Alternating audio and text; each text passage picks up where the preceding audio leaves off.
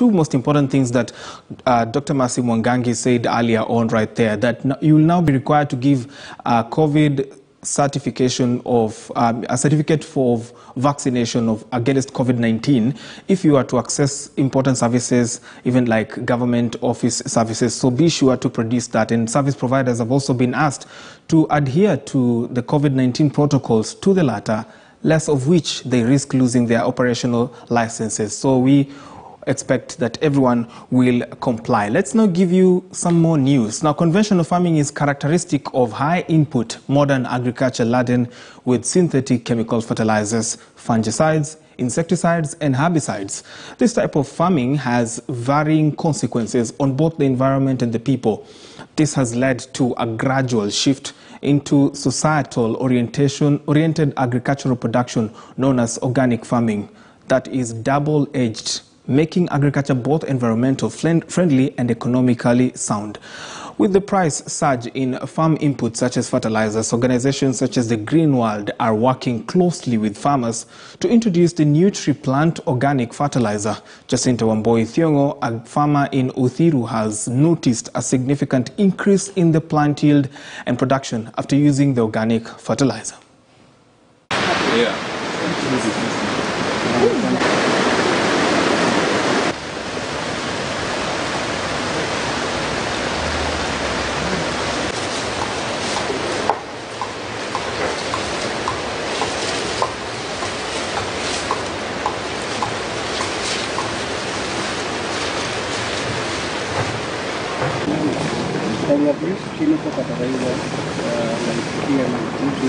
A friend of mine introduced me to Nutri-Plant fertilizer because I was using manure and normal fertilizers.